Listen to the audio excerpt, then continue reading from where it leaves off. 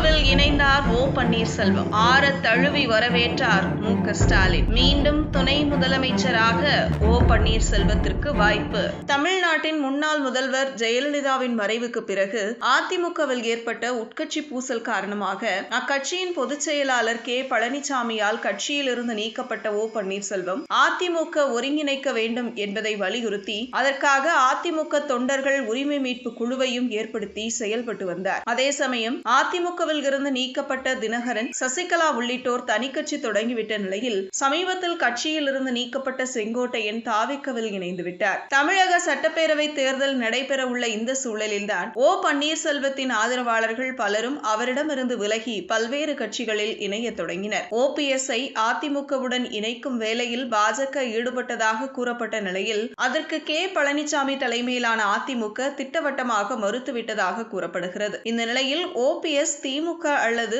விஜய் தலைமையிலான தாவேகவுடன் இணைவார் என எதிர்பார்க்கப்பட்டது. ஆனால் 3 முறை அதிமுக சார்பில் தமிழகத்தின் முதல்வராக இருந்தவர் எதிரும் புதிருமான திமுகவுடன் இணைய மாட்டார் எனவும் அரசியல் விமர்சகர்கள் கருத்து தெரிவித்து வந்தனர். இந்த சூழலில்தான் இன்று காலை திமுக தலைமை அலுவலகமான அண்ணா அறிவாலயத்திற்கு சென்ற ஓ பன்னீர்செல்வம் முதல்வரும் திமுக தலைவருமான ஸ்டாலினை சந்தித்து தன்னை திமுகவில் இணைத்துக் கொண்டிருக்கிறார். இந்த சந்திப்பின் போது ஓ பன்னீர்செல்வத்தை திமுக கரைத்துண்டு அணிவித்து மு.க.ஸ்டாலின் வரவேற்றார். அப்போது இருவரும் ஆற தழுவிக் கொண்டனர். மேலும் ஓ பன்னீர்செல்வத்துடன் அவரது மகன் ரவீந்திரநாத்தும், உசிலம்பட்டி ஐயப்பன் உள்ளிட்ட அவரது ஆதரவாளர்களும் இணைந்துள்ளது தமிழக அரசியலில் புயலை கிளப்பியுள்ளது.